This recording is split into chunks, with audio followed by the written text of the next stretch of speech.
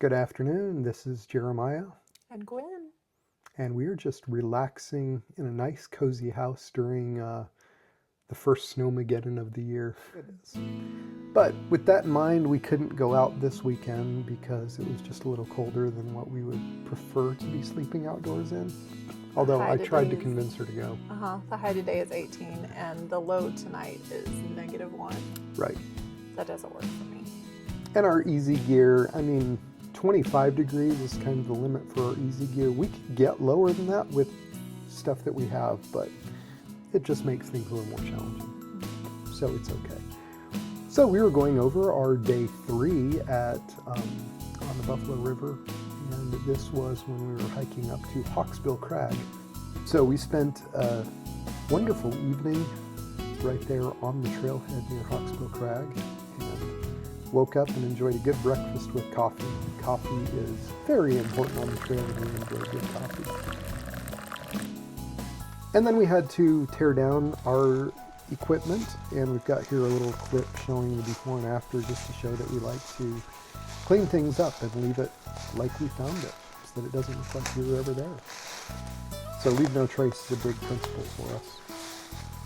And we went hiking up the trail to Hawksbill Crag. It's about a 1.5 mile, just under that one way.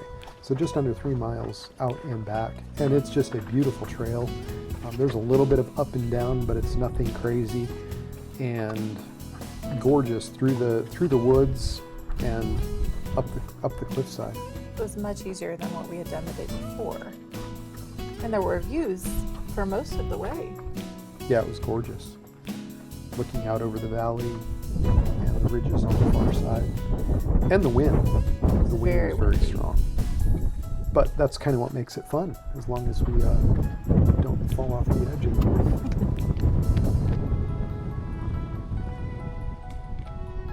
So it's a beautiful hike out there. I would highly recommend it. It is supposed to be the most photographed spot in Arkansas, and you can very clearly see riding, see all the views. And then when you get to the point itself, it is just a gorgeous area that even the video just can't describe how pretty it is.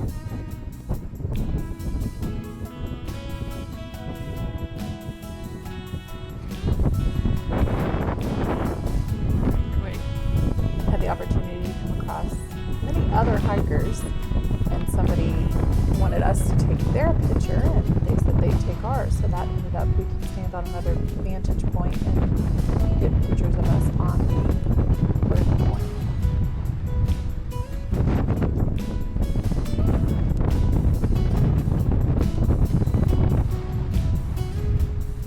After leaving Whitaker Point, we went down to find a couple waterfalls that are down off the trail.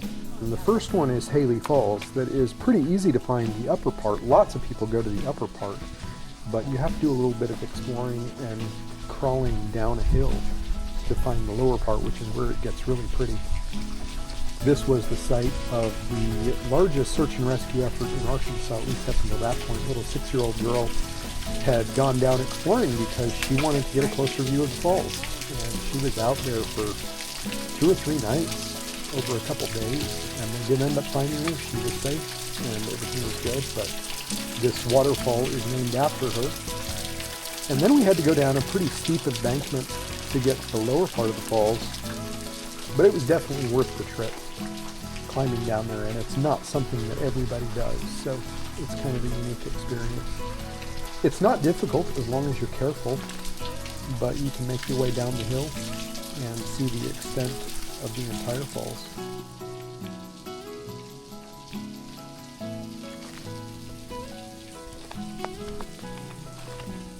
Then we started our descent into, is this towards Mule Trail Falls?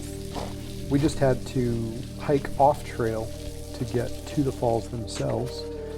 And getting to Mule Trail Falls was not extremely difficult. It was just kind of hiking through woods off trail, and because it's winter, there wasn't a whole lot of undergrowth to worry about. It was just, there's no trail, so it's kind of slippery.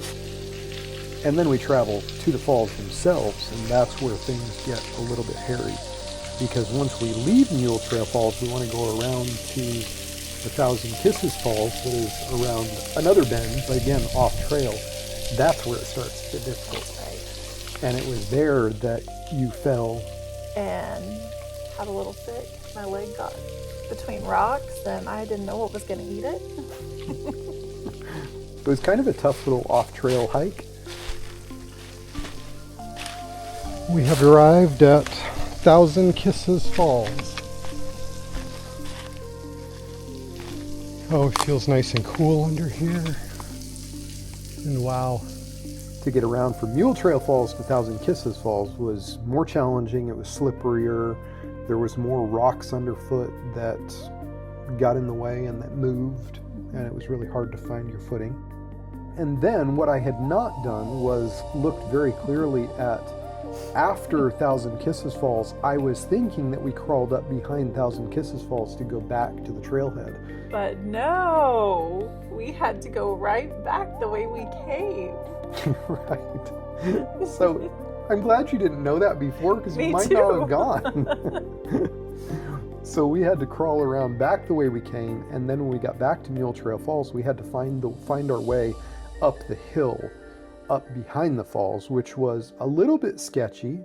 We were crawling. You found the way first and came back for me to make sure that it was a clear path. So I appreciated that.